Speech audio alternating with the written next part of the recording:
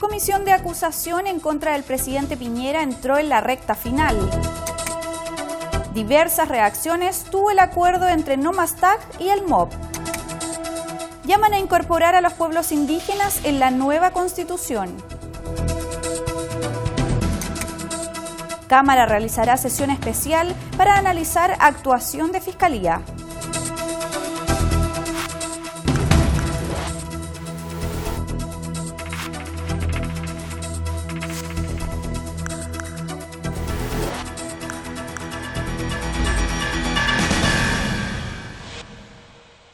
Hola, ¿cómo están? Le damos la bienvenida a una nueva edición de Frecuencia Legislativa para revisar los hechos noticiosos más importantes ocurridos en la Cámara de Diputados.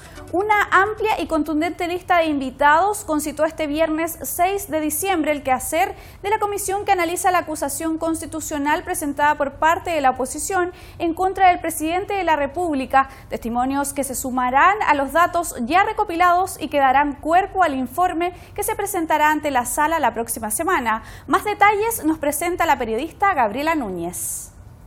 Esta vez fue el ministro de Defensa, Alberto Espina, el encargado de abrir una serie de audiencias que se registraron en la comisión que analiza la acusación constitucional presentada en contra del presidente de la República, Sebastián Piñera. El secretario de Estado, en su calidad de jefe de la Defensa Nacional, se refirió al rol del mandatario durante el estado de emergencia y también en el resguardo de los derechos humanos. No fui testigo presencial y directo de las instrucciones que en forma permanente el presidente de la República, Sebastián Piñera, dio a los jefes de la defensa en reiteradas oportunidades de actuar dentro del marco de la ley para restablecer el orden público que estaba brutalmente quebrantado y que lo hicieran siempre con pleno y total respeto a los derechos de las personas. Lo vi, lo presencié y por lo tanto tengo el deber de decir la verdad. El presidente de la República actuó con responsabilidad, con todo lo que estaba a su alcance para que todas las actuaciones que se hicieran en el estado de emergencia, en lo que hice relación, en el conocimiento que yo tengo de las Fuerzas Armadas, el Ejército, la Armada y la Aviación, que se hicieran dentro del marco de la ley, y la actuación de las Fuerzas Armadas en esa materia fue prudente, fue responsable y con apego a la ley. Por su parte, el diputado del Partido Comunista, Boris Barrera, respondió al ministro de Defensa diciendo que él no había contestado sus preguntas. Le hice cerca de 6 preguntas, solamente respondió 2. No respondió, por ejemplo, algo que es muy importante y que tiene que ver con los fundamentos de la acusación y que tiene que ver con quién es el responsable o quién está al mando de las Fuerzas Armadas cuando se decreta el estado de excepción. Él lo dijo en varias oportunidades de que él no estaba a cargo, de que el ministro de Defensa no era el que estaba a cargo de las Fuerzas Armadas durante el estado de excepción, porque el único que tenía la facultad de traspasar las atribuciones de coordinar la seguridad interna era el presidente.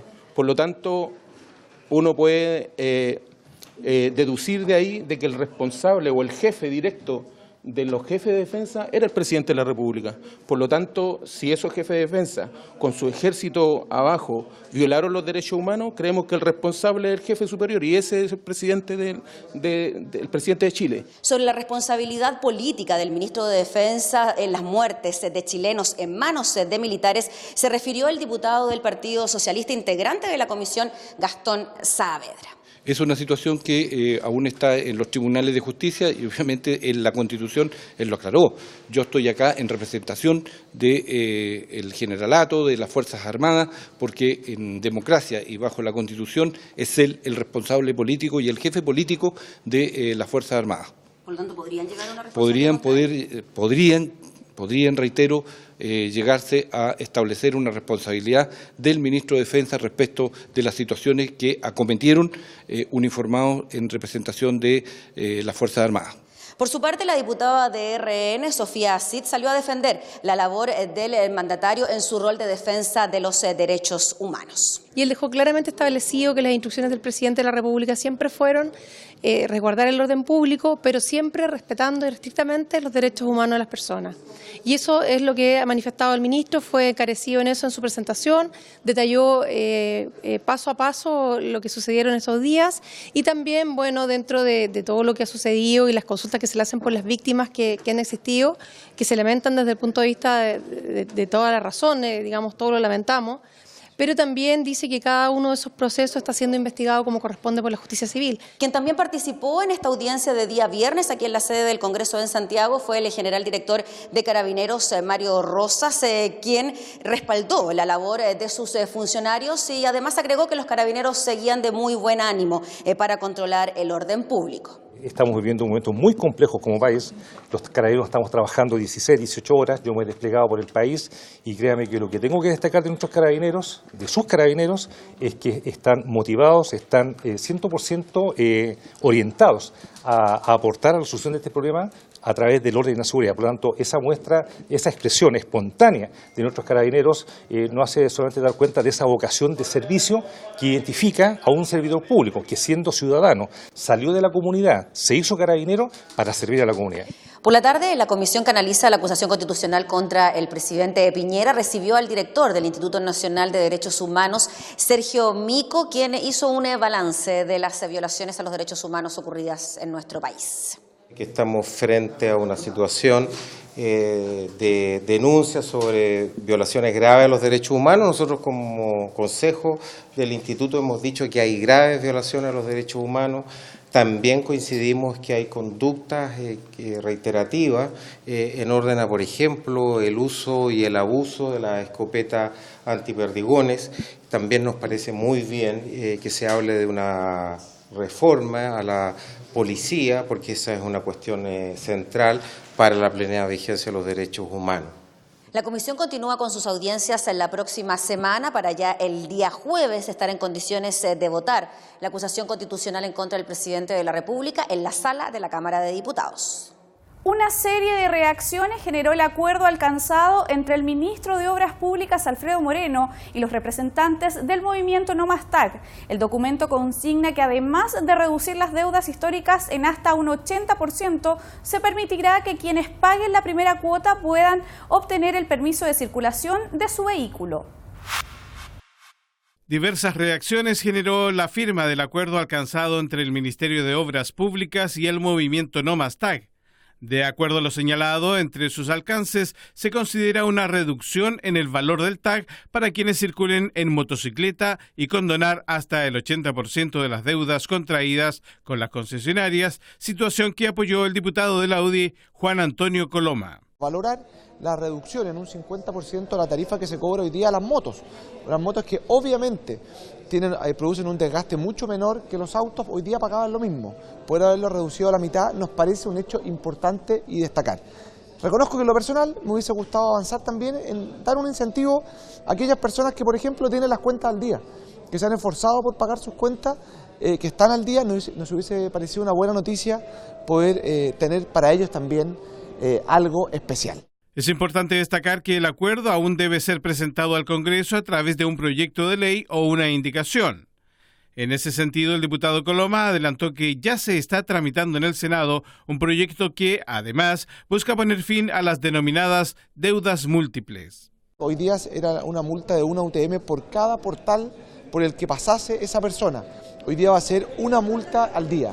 ¿Esto qué significa? Que si una persona, por ejemplo, que viene del sur o del norte o las zonas rurales de la región metropolitana, pasa por un día sin TAG, va a pagar el TAG y una multa por haber funcionado sin él, y no como ocurrió hoy día, que es una multa por pórtico, llegando al ridículo que habían personas que pagaban 10 o 12 infracciones en un solo día. En ese sentido, el diputado Coloma dijo que fue un logro del movimiento el rebajar el reajuste abusivo del 3,5% y obtener un reajuste según IPC de aquí hacia adelante.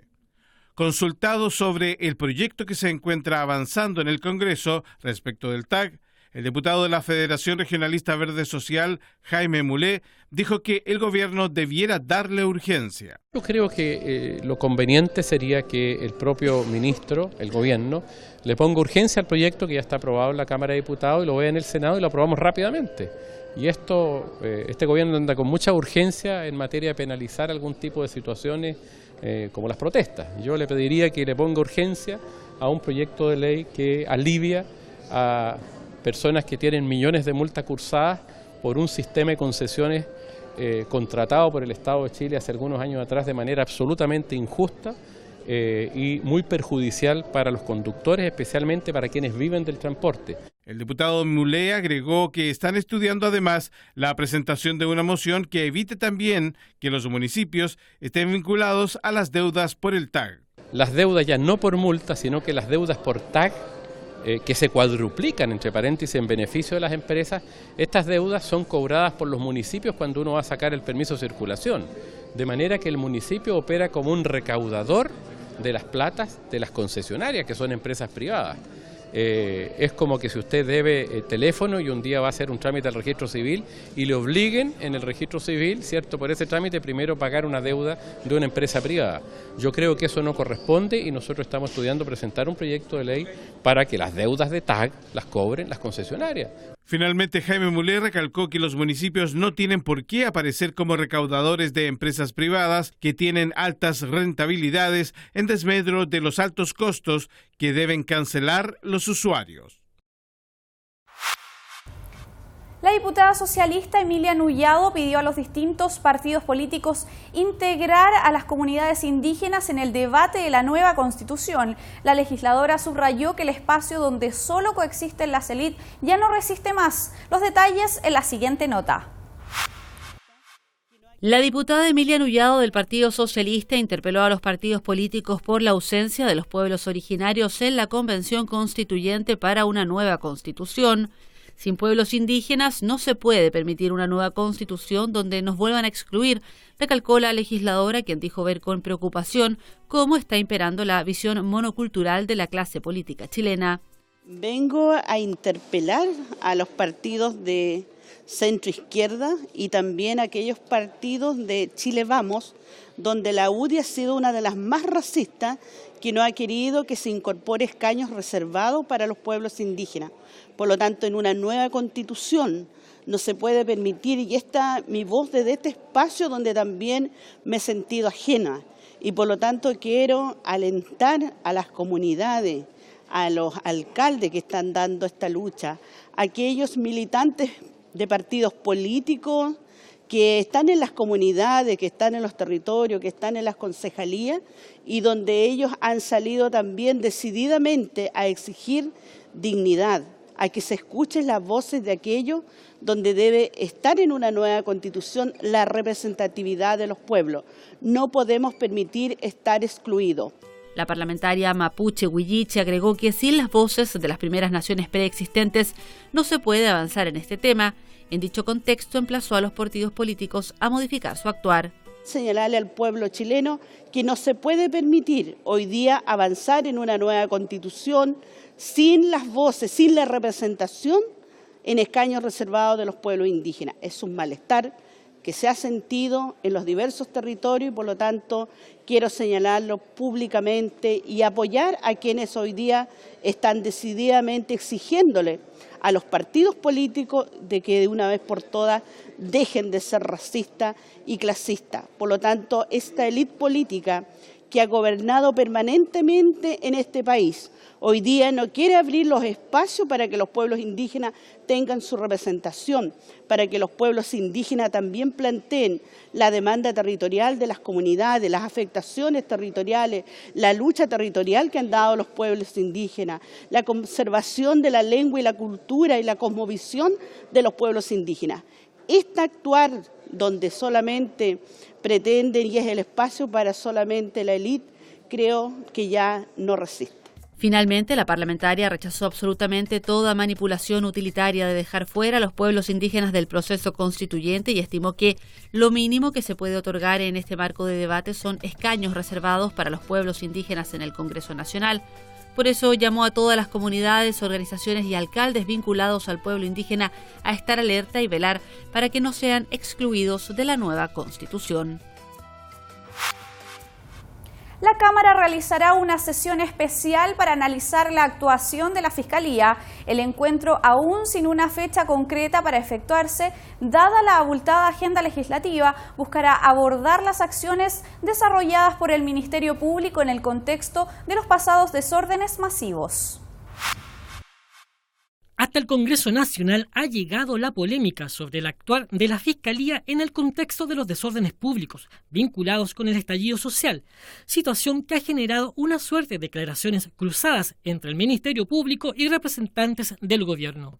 En este marco, un grupo de legisladores reunió las firmas necesarias para convocar a una sesión especial que aborde el tema, punto que informaron los diputados UDI María José Hoffman y Juan Antonio Coloma. Tuvimos un apoyo bastante transversal de todos los sectores políticos para poder hacer esta presentación. Nosotros teníamos las firmas para poder presentarlo solamente como Chile Vamos, pero nos parecía importante en esto que fuera una petición de todo el Congreso de saber cuál ha sido el rol de la Fiscalía en este caso puntual. Se hace más urgente poder tener esta sesión especial para poder saber qué medidas se han tomado para poder enfrentarla, cuántas prisiones preventivas se han declarado durante estos últimos días, cuál ha sido el rol, porque la seguridad nacional no solamente depende del gobierno y de Carabineros, sino que también de la justicia. Y creo que hoy día la Fiscalía está en deuda. Parece fundamental que venga el fiscal nacional a dar explicaciones de cuál es la forma en la cual se está desenvolviendo la Fiscalía. Nos parece gravísimo que la Fiscalía haya propuesto una salida alternativa para el caso de 26 personas que fueron detenidas por saqueos. Nos parece un hecho grave, nos parece un hecho complejo y para eso estamos citando como Parlamento al fiscal nacional a que venga a rendir cuenta de cuál es la labor que está desarrollando la Fiscalía, de dónde está poniendo los énfasis la Fiscalía. El diputado PS Jaime Naranjo valoró discutir el tema con el Ministerio Público y eventualmente con el Poder Judicial, en particular cuando no se entiende cómo personas identificadas en la participación de un delito terminan siendo liberadas. Lo que llama poderosamente la atención, y yo no sé si es nuestro sistema judicial que tenemos, pero resulta insólito de que se pueda establecer quienes han participado en estos hechos y después usted se entera que el juez determinó dejarlos en libertad porque no tenían antecedentes previos. Entonces algo aquí no está cuadrando en la ecuación.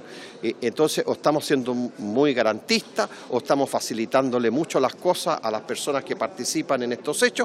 Para otros legisladores, como el de C. Matías Walker, más que desarrollar acusaciones cruzadas, sería pertinente avanzar en cambios legislativos que permitan fortalecer el actuar de la justicia y de la persecución criminal. Yo creo que es lamentable esta guerrilla de declaraciones cruzadas entre el fiscal nacional y diputados de la coalición de gobierno. Acá la ciudadanía lo que espera es que todas las autoridades podamos trabajar en conjunto, coordinados, para restablecer el orden público, que se ponga fin a la violencia, que se sancionen efectivamente los delitos de desórdenes públicos. Acá la Fiscalía, según entiendo, las cifras que yo tengo, por lo menos, ha logrado más de 30.000 controles de detención, más de 25.000 formalizaciones.